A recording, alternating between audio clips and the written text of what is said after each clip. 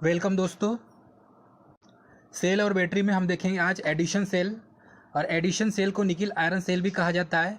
यह एक प्रकार का क्या है, क्षारीय सेल है। इसमें एक स्टील के पात्र में निकिल आलेपित क्या है, स्टील की बेलनाकार प्लेटें धन प्लेटों का कार्य करती है।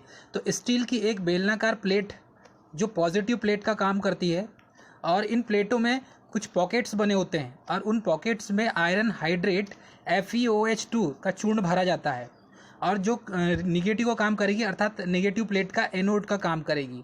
तो इसमें दो सिचुएशन क्रिएट होती है।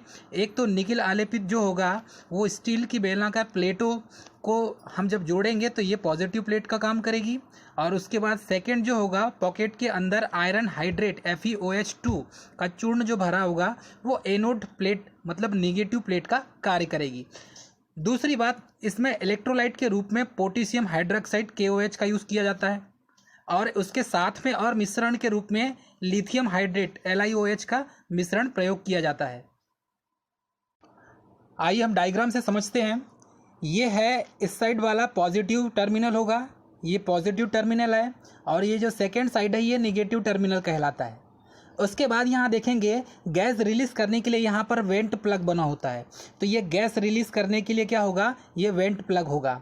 उसके बाद नेगेटिव टर्मिनल के साइड में एक फ़िल्टर केप लगी हुई है। ये नेगेटिव टर्मिनल के साइड में एक फ़िल्टर केप लगी हुई है। इसमें जो EMF क्रिएट होता है ये होता है 1.2 से 1.5 वोल्ट तक EMF इसमें इंड्यूस्ड होता है। तो पॉजिटिव प्लेट के साइड में एक नेगेटिव प्लेट लगा होगा, और पॉजिटिव एक्टिव मटेरियल उस पॉजिटिव प्लेट के अंदर भरा होगा। तो positive active material positive plate के अंदर भरा होता है। उसके बाद ये होता है स्टील का कंटेनर। ये जो कंटेनर है ये स्टील का कंटेनर है। इसके बाद एडिशन सेल में क्या होता है, अक्सर ये इसको निकिल आयरन सेल भी कहते हैं, अर्थात इसको चार्ज हम कर सकते हैं। ये जो सेल है ये सेकेंडरी सेल कहलाता है। तो सेकेंडरी सेल को हम चार्ज कर सकते हैं, एक बार डिस्चार्ज हुआ तो दूसरी बार इसको चार्ज कर सकते हैं। अब इसके बीच में जो सेपरेटर होगा और वहाँ पर एज इंसुलेशन लगा होगा, तो एक एज इंसुलेशन का भी काम करता है। तो इसमें इंसुलेटिंग मटेरियल भी भरा होता है, बीच में सेपरेटर जो है इंसुलेटिंग मटेरियल का बना होता है, क्योंकि एक पॉजिटिव इलेक्ट्रोड और नेगेटिव इलेक्ट्रोड दोनों आपस में शॉर्ट नहीं होना चाहिए। तो इस हिसाब से देखा जाए तो इसमें एक सेकेंडरी सेल कहलाता है ये। उसके बाद इसमें इलेक्ट्रोलाइट के रूप में जो यूज़ किया गया है पोटेशियम हाइड्रोक्साइड का, अर्थात KOH का यूज़ किया गया है, प्लस उसके साथ लिथियम हाइड्रेट LiOH। तो KOH और LiOH दोनों का कॉम्बिनेशन मिश्रण इसमें इलेक्ट्रोलाइट के हम रूप में यूज़ करते हैं। दूसरी बात मैंने जो आपको बताया, बेलनाकार जो स्टील की जो बेलनाकार प्लेटें होगी वो पॉजिटिव प्लेट का काम करेगी, और नेगेटिव प्लेट का जो काम करेगी वो नेगेटिव प्लेट वो बने होते हैं एक छोटे छोटे पॉकेट से। ठीक है, तो छोटे छोटे पॉकेट से FeOH2 मतलब आयरन हाइड्रेट, जिसका नाम है आयरन हाइड्रेट, ये काम करता है एनोड का। तो ये नेगेटिव प्लेट का काम करेगा और एक पॉजिटिव प्लेट का काम करेगा। इस तरीके से ये जो है एडिशन सेल, जिसे निकिल आयरन सेल भी कहा जाता है, निकिल Ni और Fe सेल भी कहा जाता है, इसका यूज़ किया जाता है सेकेंडरी बैटरी के रूप में। इसके बाद हम देखेंगे थर्ड में है सेकेंडरी सेल, थर्ड टाइप है निकिल कैडमियम सेल। तो निकिल कैडमियम जो सेल है ये एक क्षारीय सेल भी कहलाता है। दूसरी बात, इसकी जो संरचना होती है एज इट इज सेम होती है, एडिशन सेल के समान होती है इसकी संरचना। अब इसमें जो थोड़ा सा डिफरेंस क्या होता है, इसमें जो निगेटिव प्लेट के रूप में हम क्या करते हैं, कैडमियम मटेरियल का यूज़ करते हैं, अर्थात कैडमियम मेटल का यूज़ करते हैं, इसीलिए इसका नाम निकिल कैडमियम सेल है। तीसरी बात, कैडमियम जो धातु है इसका प्रयोग जो है वो सेल के इंटरनल रेजिस्टेंस को घटा देता है, इसीलिए इसका यूज़ करते हैं। तो जब इसके इंटरनल रेजिस्टेंस को कैडमियम मटेरियल इंटरनल रेजिस्टेंस को कम कर देगा, तो कम करने के कारण क्या हो जाएगा, इसकी जो EMF की आउटपुट रेटिंग क्या हो जाएगी, वो अधिक हो जाएगी। इसको आइए हम डायग्राम से समझते हैं। डायग्राम में हम देखेंगे यहाँ पर यह है निकिल प्लेट, यह है निकिल प्लेट स्टील केस। उसके बाद है ऊपर ये NiCd लिखेंगे, ये टोटल क्या है NiCd। तो यहाँ पर एक स्प्रिंग लोडेड कैप होती है, spring loaded cap, spring loaded cab में होता क्या है, यहाँ पर ये इसको कनेक्ट करके रखेगा। उसके बाद क्या होगा, यहाँ पर ये निकल प्लेट स्टील केस बना होगा, ये निकल प्लेट स्टील केस का बना होता है। यहाँ पर एक वेंट होल भी होगा, बीच में क्या होगा, एक वेंट होल होगा। और दूसरी बात ये एक सेकेंडरी सेल है। फिर यहाँ पर एक होता है इंसुलेटिंग वाशर होता है अंदर, तो इस पार्ट में, नीचे वाले पार्ट में एक इंसुलेटिंग वाशर होता है। यदि इसका कंस्ट्रक्शन हम चेंज करके देखेंगे तो ये जो ऊपर वाला पार्ट होता है ये होता है निकिल हाइड्रोक्साइड इलेक्ट्रोलाइट प्लेट। ये क्या है, निकिल हाइड्रोक्साइड इलेक्ट्रोलाइट प्लेट। उसके बाद ये पॉजिटिव प्लेट कहलाएगा, ठीक है। उसके बाद ये जो नेगेटिव प्लेट कहलाएगा, ये नेगेटिव प्लेट है कैडमियम हाइड्रोक्साइड इलेक्ट्रोलाइट प्लेट। तो कैडमियम हाइड्रोक्साइड इलेक्ट्रोलाइट प्लेट इसमें नेगेटिव को काम करती है। उसके बाद ये जो है दोनों के बीच में एक पोरस सेपरेटर होता है। तो सेपरेटर का हम जब यूज़ करते हैं तो ये पॉजिटिव प्लेट और नेगेटिव प्लेट दोनों शॉर्ट सर्किट ना हो, इसीलिए पोरस प्लेट का इसमें यूज़ किया जाता है। तो इस तरीके से कैडमियम धातु के प्रयोग करने से इसका इंटरनल रेजिस्टेंस जो है वो घट जाता है। और जब इंटरनल रेजिस्टेंस घट जाता है तो ये जो एडिशन सेल है, ठीक है, ये उसी के समान कार्य तो करता है, लेकिन इसकी जो इफिशियंसी है, वोल्टेज ईएमएफ उत्पन्न करने की जो इफिशियंसी है ये बढ़ जाती है। नेक्स्ट चैप्टर देखते हैं हम बैटरी। तो ग्रुप ऑफ सेल क्या कहलाता है, बैटरी कहलाता है। पहली बात तो मतलब सेलों को हम कनेक्शन करेंगे, उसकी ग्रुपिंग करेंगे, सेलों के समूहन को हम बैटरी कहते हैं। पहली बात तो ग्रुप ऑफ सेल बैटरी कहलाता है। तो सेलों को दो तरीके से हम क्या कर सकते हैं, कनेक्ट कर सकते हैं। पहला सीरीज़ में कनेक्शन करना और दूसरा है पैरेलल में कनेक्शन करना। तो सीरीज़ में कनेक्शन सबसे पहले हम देखेंगे, जब सेलों को सीरीज में कनेक्शन करेंगे तो हमें क्या मिलेगा, अधिक वोल्टेज हमें प्राप्त करना है या अधिक ईएमएफ हमें ज्ञात करना है।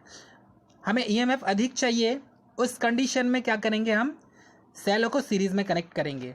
तो सेलों को सीरीज में कनेक्ट करने से हमें क्या प्राप्त होता है, वोल्टेज का मान अधिक प्राप्त होता है, ठीक है, ईएमएफ का मान हमें अधिक प्राप्त होगा। दूसरी बात है, सभी सेलों का जो विद्युत वाहक बल जो होता है वो ई का जो मान है वो इक्वल होना चाहिए, ठीक है, तभी तो हम टोटल ईएमएफ निकालेंगे हम। तो ईच सेल, प्रत्येक सेल का जो ईएमएफ का मान जो है वो इक्वलेंट होना चाहिए। जैसे 1.5 वोल्ट है तो सभी सेल का 1.5 वोल्ट ही होना चाहिए। तो इस तरीके से हम टोटल विद्युत वाहक बल प्राप्त कर सकते हैं। तो टोटल विद्युत वाहक बल प्राप्त करने के लिए हमारे पास जो फार्मूला है वो फार्मूला क्या है, ई टी इक्वल मतलब total EMF equal N E. तो ये सीरीज में जब भी ग्रुपिंग करेंगे हम सेल का, तो ये इस फार्मूले से इस सीरीज में जितने भी सेल्स लगे होंगे तो उनका कनेक्शन हम यदि करते हैं सीरीज में, तो टोटल कितना वोल्ट बिल्डअप हुआ, टोटल हमें आउटपुट में कितना वोल्टेज प्राप्त होगा, हम इसे इस फार्मूले से निकाल सकते हैं। तो ये मोस्ट इंपॉर्टेंट फार्मूला है। आगे देखते हैं हम, जो प्रत्येक सेल होते हैं इनका जो इंटरनल रेजिस्टेंस होता है वो आर होता है, इसे आर आई भी कहते हैं हम। तो प्रत्येक सेल का, हर सेल का एक इंटरनल रेजिस्टेंस होता है। क्यों होता है, क्योंकि उसमें ऐसा कुछ ना कुछ मटेरियल जो होगा उसका सेल्फ रेजिस्टेंस की जो प्रॉपर्टी होगी उसकी सेल्फ की होगी। ये इस पृथ्वी पर जितने भी मटेरियल हैं सभी का इंटरनल रेजिस्टेंस प्रॉपर होता है, चाहे वो गोल्ड का हो चाहे सिल्वर का हो, इनका भी, इस मेटल का भी एक अपना इंटरनल रेजिस्टेंस होता है। तो हम देखेंगे यहाँ पर, यदि सेल का हमें इंटरनल रेजिस्टेंस निकालना है, इस कंडीशन में हम कैसा निकालेंगे, तो प्रत्येक सेल का आंतरिक प्रतिरोध क्या होता है उसे आर से शो करते हैं। उसके बाद लोड रेजिस्टेंस किससे शो करेंगे, उसको आर से, इंटरनल रेजिस्टेंस स्मॉल आर से, लोड रेजिस्टेंस, ठीक है, इसे कैपिटल आर से शो करेंगे। तो इस कंडीशन में यदि हम सर्किट में फ्लो होने वाली टोटल करंट हमें निकालना है, तो उस सिचुएशन में सीरीज के कंडीशन में, अभी हम जो पढ़ रहे हैं ये सीरीज सीक्वेंस में पढ़ रहे हैं, मतलब सीरीज की कंडीशन में ऐसा होगा, सीरीज कंडीशन में हमें करंट ज्ञात करना है, तब के लिए उसका फार्मूला क्या बनेगा, तो तब के लिए उसका जो फार्मूला बनेगा वो बनेगा I equal N E upon n R plus r. तो यहाँ पर हम देखेंगे एन ई क्या है, तो एन क्या है, number of cells, number of cells. उसके बाद ये जो है ई ईएमएफ है। उसके बाद एन आर, एन आर क्या है, आर हमें पता है, इसको आर आई भी लिखते हैं इसे, या कभी आर भी लिखते हैं, तो ये क्या हो जाएगा, इंटरनल रेजिस्टेंस। तो जितने सेल आप सीरीज में कनेक्ट करेंगे तो सभी सेल का जो इंटरनल रेजिस्टेंस होगा वो उसके साथ क्या हो जाएगा, इनटू हो जाएगा।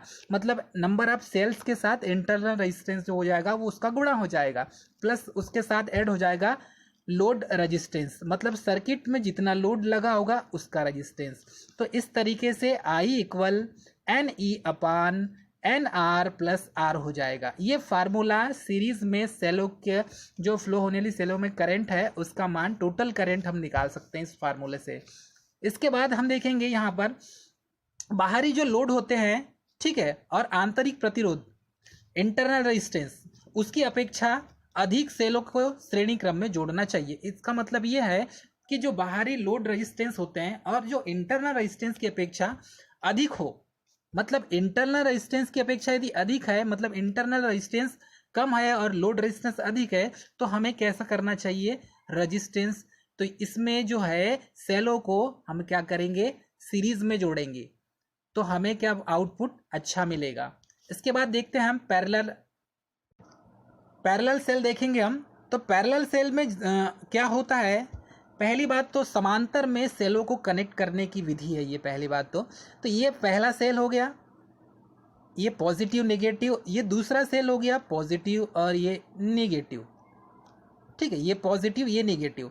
तो इस तरीके से हमने इसको कनेक्ट कर दिए, ये इसको मैंने निकाल दिया और यहाँ से एक जॉकी निकाल दिया मैंने, इसको कनेक्ट कर दिया, ठीक है। तो ये दोनों क्या है, ये है सेल और ये 1 और ये 2 है। तो इस तरीके से यदि एक के नीचे कनेक्ट होंगे तो वह पैरेलल कनेक्शन कहलाएगा। तो हमें देखो, सबसे पहले तो हम ये देखेंगे कि हम पैरेलल कनेक्शन करना क्यों है। तो हमें अधिक मान की विद्युत धारा चाहिए, मतलब कि आई का मान हमें क्या चाहिए, अधिक चाहिए, करंट का मान हमें अधिक चाहिए ना, और अधिक समय तक विद्युत धारा प्राप्त करना है हमें, मतलब कि अधिक करंट का मान अधिक भी चाहिए और अधिक समय के लिए भी चाहिए, मतलब टाइम भी हमें अधिक चाहिए, मतलब आई का मान जो है वो कांस्टेंट हमें अधिक समय के लिए चाहिए।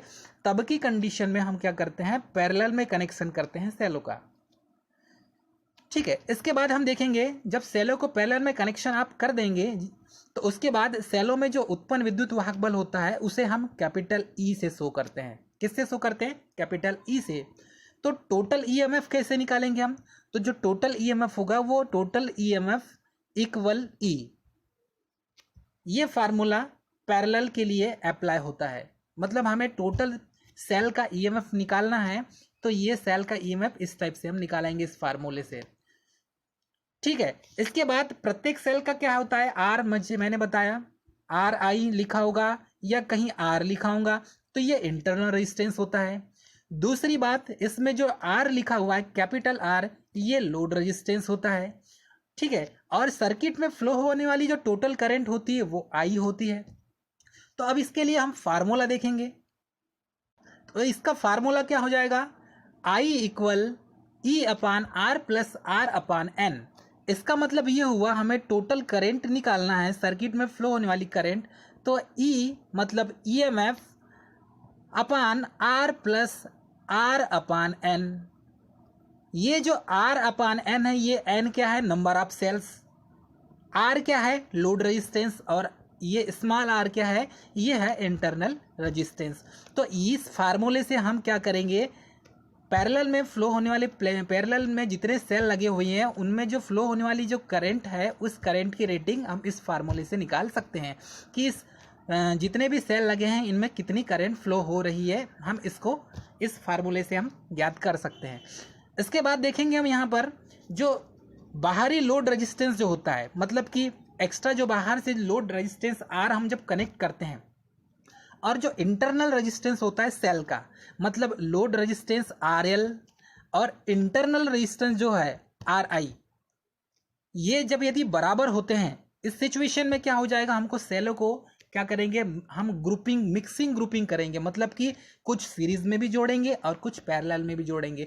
तो हमें क्या करना पड़ता है, मिक्सिंग ग्रुप करना पड़ता है, मतलब कि कुछ सीरीज और कुछ पैरेलल, सीरीज और पैरेलल दोनों में है। तो ये कब की कंडीशन होगी, जब लोड रेजिस्टेंस और इंटरनल रेजिस्टेंस ये दोनों यदि इक्वल हैं, बराबर है, तब की कंडीशन में होगा। ये याद रखिएगा, ये मोस्ट इंपॉर्टेंट, बहुत बार पूछा भी गया है।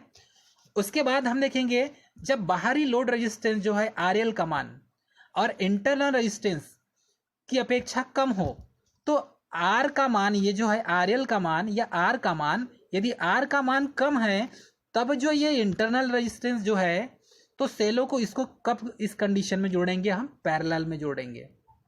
तो हम पैरेलल में सेलों को कब जोड़ेंगे, जब बाहरी लोड रेजिस्टेंस का मान आंतरिक प्रतिरोध मतलब इंटरनल रेजिस्टेंस की अपेक्षा कम हो, तब की कंडीशन में हम सेलों को पैरेलल में जोड़ेंगे। इसके बाद हम देखते हैं मिक्सिंग ग्रुप। एक्चुअल में जो मिक्सिंग ग्रुप होता है मतलब कि सीरीज और पैरेलल, सीरीज प्लस पैरेलल, ये दोनों का जो कॉम्बिनेशन होता है मतलब सीरीज और समांतर क्रम का, तो इसको क्या बोलते हैं, मिक्सिंग ग्रुप कहते हैं। तो हम क्या देखेंगे इसमें, एक श्रेणी में और समांतर में दोनों क्रम में सेलों को कनेक्ट करेंगे हम, तो वो मिक्सिंग ग्रुप कहलाएगा। उसके बाद हम यहाँ पर देखते हैं कि जो लोड रेजिस्टेंस का मान होता है वो सेलों के इंटरनल रेजिस्टेंस के तुल्य हो जाता है यदि, तो करंट का मान अधिक होगा। मतलब कि आर एल का मान जो है, ये आर एल का मान या लोड का मान या बाहरी लोड का मान यदि इंटरनल रेजिस्टेंस के तुल्य है या बराबर है, तो सर्किट का जो करंट का जो मान होगा वो अधिकतम होगा। मतलब कि आर इक्वल आर के बराबर हो, मतलब capital R equal small R के बराबर हो, तो सर्किट में जो करंट का मान होगा, आई का मान, ये मैक्सिमम होगा। इस पॉइंट को आपको नोट करना चाहिए। उसके बाद देखेंगे हम यहाँ पर कि जो बैटरी की जो एम्पियर क्षमता होती है, ठीक है, मतलब बैटरी की जो कैपेसिटी होती है या बैटरी की क्षमता एम्पियर हावर में व्यक्त की जाती है, ये तो सभी को पता है। जो बैटरी की कैपेसिटी है वो होती है एम्पियर हावर में। तो एम्पियर हावर में होती, तो इसका जो फार्मूला बनेगा वो कैसे बनेगा, ये होगा एम्पियर हावर, मतलब कि एम्पियर किसका है, धारा का मान, तो ये आई हो गया। उसके बाद हावर में है मतलब टी हो गया, तो क्या हो जाएगा, ये आई और टी। तो इफिशियंसी जो इसका है मतलब क्षमता, बैटरी की क्षमता निकालेंगे हम। तो बैटरी की क्षमता का जो फार्मूला है ये है धारा मतलब एम्पियर में और समय घंटा में, इसीलिए इसकी जो यूनिट है वो होती है एम्पियर हावर। ठीक है, उसके बाद देखेंगे हम बैटरी की जो दक्षता होती है वो किस में होगी, अरे दक्षता भी होगी ना बैटरी की, तो बैटरी की दक्षता होगी, उसको ईटा एम्पियर आवर परसेंट से शो करते हैं। तो इसका फार्मूला क्या बनेगा, इसका फार्मूला बनेगा डिस्चार्जिंग माइनस एम्पियर हावर अपान चार्जिंग माइनस एम्पियर हावर इनटू 100। इसे फिर से समझते हैं हम। तो इसे एक और इसका एक फार्मूला है, या तो हम इसे ऐसा लिख सकते हैं, output discharging upon input charging into हो जाएगा 100। तो इसको ये भी बोल सकते हैं हम output ampere hour during discharging upon input ampere hour during charging into 100।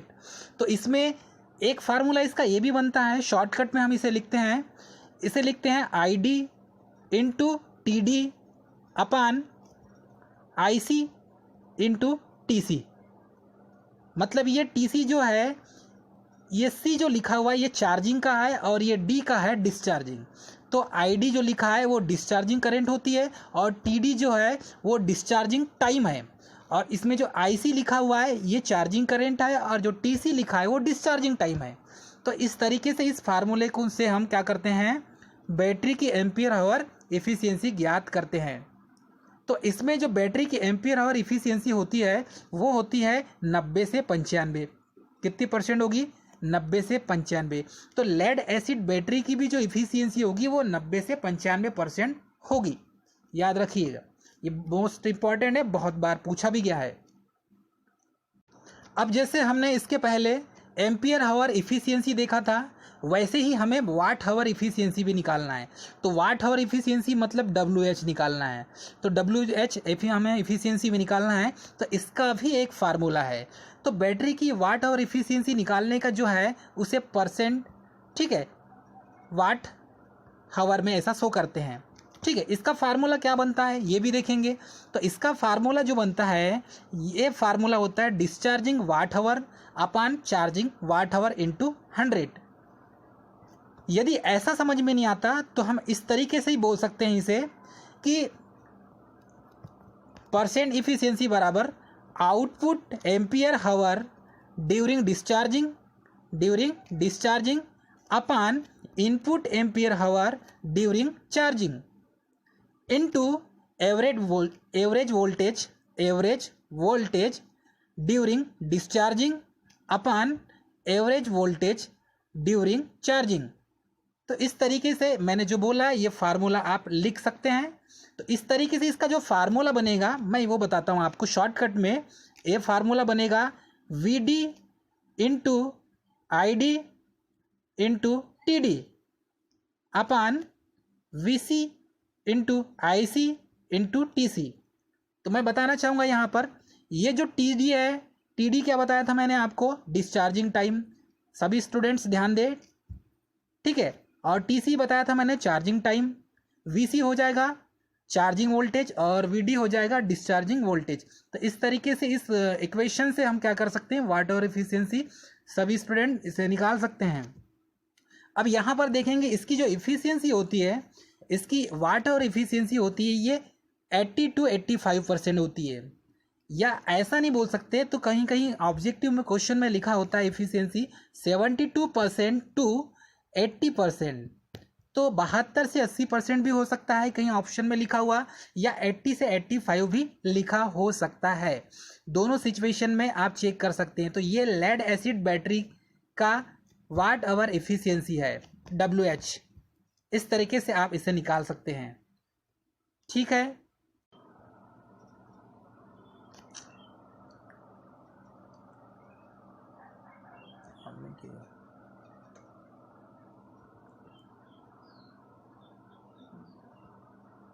अब हमें ये तो पता है कि बैटरी को चार्ज करने के लिए DC सप्लाई दिया जाता है। उसके बाद हमेशा जो है इलेक्ट्रोलाइट उसका अपेक्षित घनत्व क्या हो जाता है, बढ़ जाएगा। लेड एसिड को बैटरी को यदि हमें चार्ज करना है तो उसके लिए जो मेथड यूज़ होगी वो स्थिर वोल्टेज मेथड होगी। मतलब हमने 4 मेथड बताया आपको।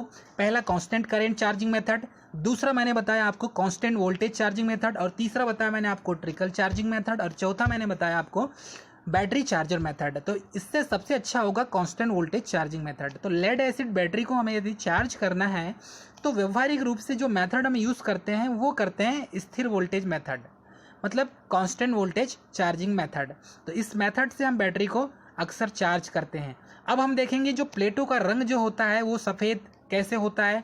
तो बैटरी को जब डिस्चार्ज होने की कंडीशन हो जाएगी, मतलब बैटरी जब डिस्चार्ज हो जाती है तो उस समय जो प्लेट का रंग होता है वो सफ़ेद होता है।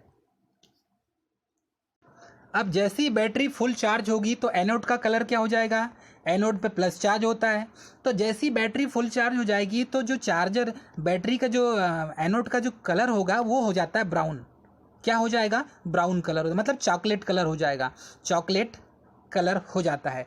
उसके बाद कैथोड का जो कलर हो जाएगा, मतलब कैथोड उसमें माइनस चार्ज होता है तो उसका कलर हो जाएगा फुल चार्ज की कंडीशन में ये हो जाता है ग्रे कलर। क्या हो जाएगा, ग्रे कलर, ठीक है। तो एनोड का कलर कैसा हो गया फुल चार्ज की कंडीशन में, ब्राउन कलर अर्थात चॉकलेट कलर, और कैथोड का जो कलर हो गया वो फुल चार्ज की कंडीशन में ग्रे कलर। तो इस तरीके से इनका कलर होता है। उसके बाद डिस्चार्ज की कंडीशन भी होगी। तो डिस्चार्ज की कंडीशन में एनोड का कलर क्या होता है, तो एनोड का जो कलर होगा वो डिस्चार्ज की कंडीशन में वो होगा वाइट कलर। क्या हो जाएगा, वाइट कलर। और कैथोड का डिस्चार्ज की कंडीशन में क्या कलर बनेगा, ये बनेगा वाइट कलर।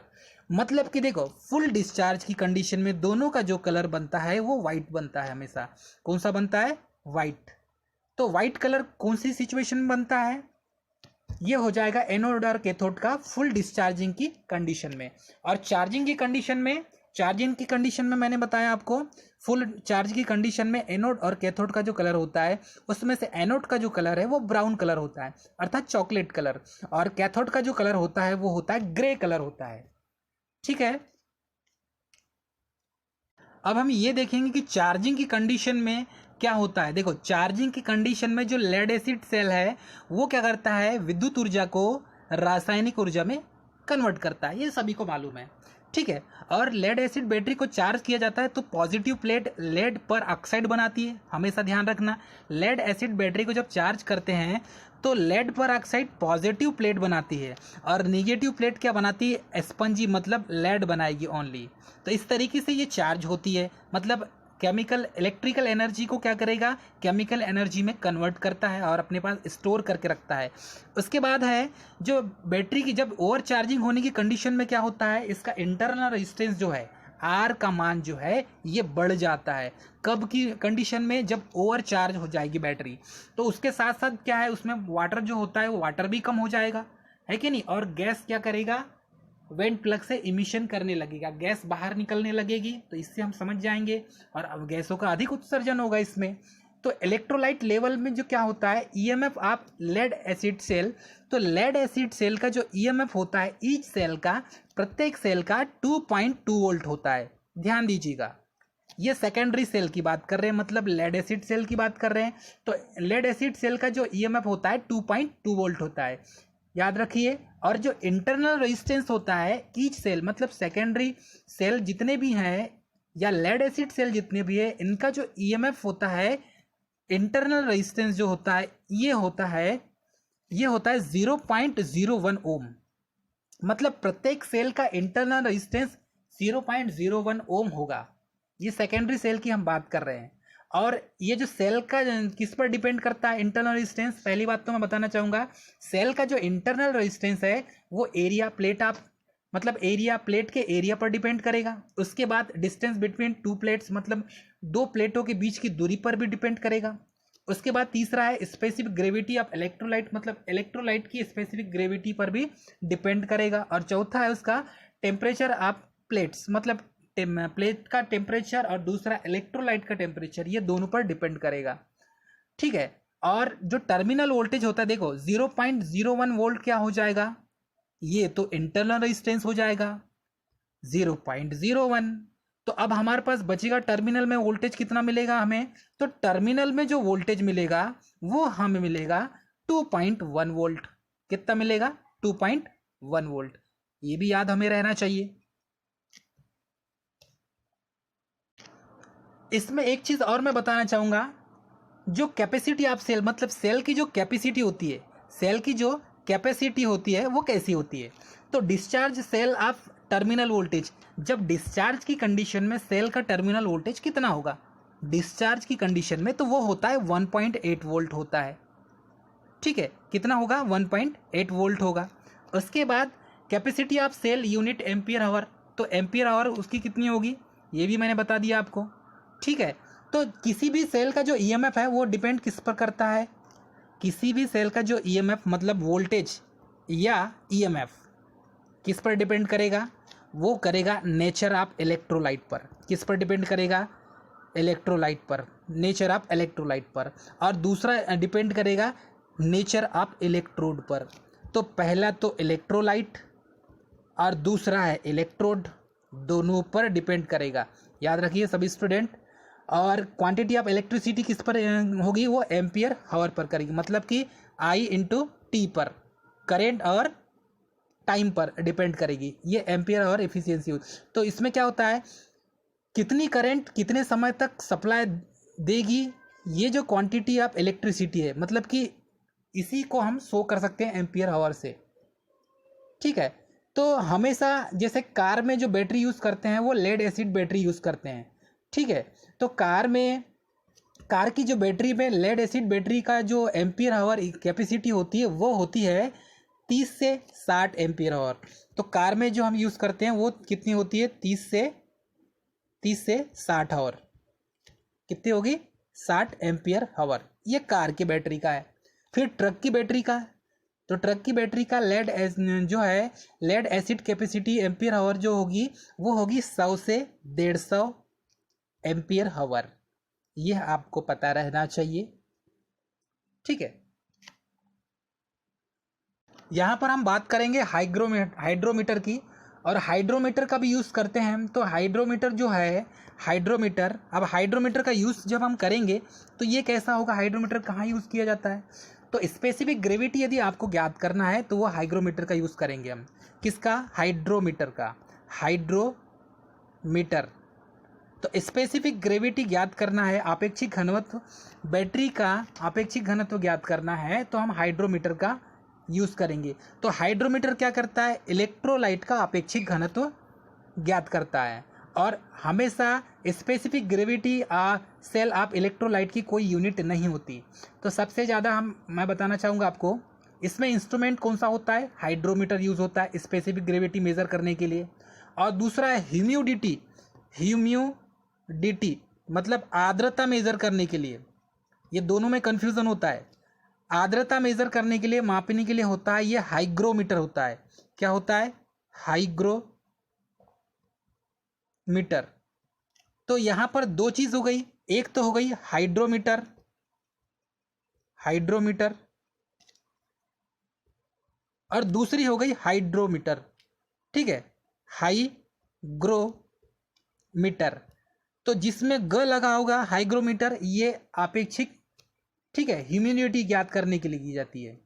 हाइग्रोमीटर मतलब आर्द्रता ज्ञात करने के लिए, आर्द्रता हमें मापना है तो हाइग्रोमीटर का यूज़ करेंगे। आर्द्रता द्र और ग्र याद रखिए। और हाइड्रोमीटर है ये स्पेसिफिक ग्रेविटी माप करने के लिए यूज़ करते हैं। तो इसमें क्या होता है, जब हाइड्रोमीटर का जब रेड कलर दिखाएगा तो ये फुल डिस्चार्ज की कंडीशन होती है, और फुल डिस्चार्ज की कंडीशन में रेड कलर शो करता है पूरा डिस्चार्ज। यदि आप हाइड्रोमीटर का यूज़ करते हैं इलेक्ट्रोलाइट ज्ञात करने के लिए तो रेड कलर दिखाए तो फुल डिस्चार्ज की कंडीशन है बैटरी का, समझ जाइएगा। यदि येलो दिखाता है तो हाफ चार्ज है, मतलब कि आधा चार्ज है, आधा डिस्चार्ज है बैटरी। उसके बाद यदि ग्रीन कलर दिखाता है, हरा कलर दिखाता है, तो ये समझना कि ये फुल चार्ज की कंडीशन में है। किसकी कंडीशन में, फुल चार्ज। ग्रीन दिखाया तो फुल चार्ज, ग्रीन दिखाया तो फुल चार्ज। ठीक है, अब ये एक पॉलीग्लास ट्यूब होती है इसके अंदर। पहली बात तो ये जो हाइड्रोमीटर बना होता है ये पॉलीग्लास ट्यूब बना होता है, और इस पर अंदर एक फ्लोट होता है। वो फ्लोटिंग क्या करता है, इसमें तैरते रहता है। तो इससे स्पेसिफिक डेंसिटी या ग्रेविटी दोनों ज्ञात करते हैं। याद रखिए, कहीं ग्रेविटी लिखा होगा, ग्रेविटी तो भी सही है, और डेंसिटी भी लिखा होगा तो भी सही है। दोनों सिचुएशन में हाइड्रोमीटर का यूज़ करते हैं।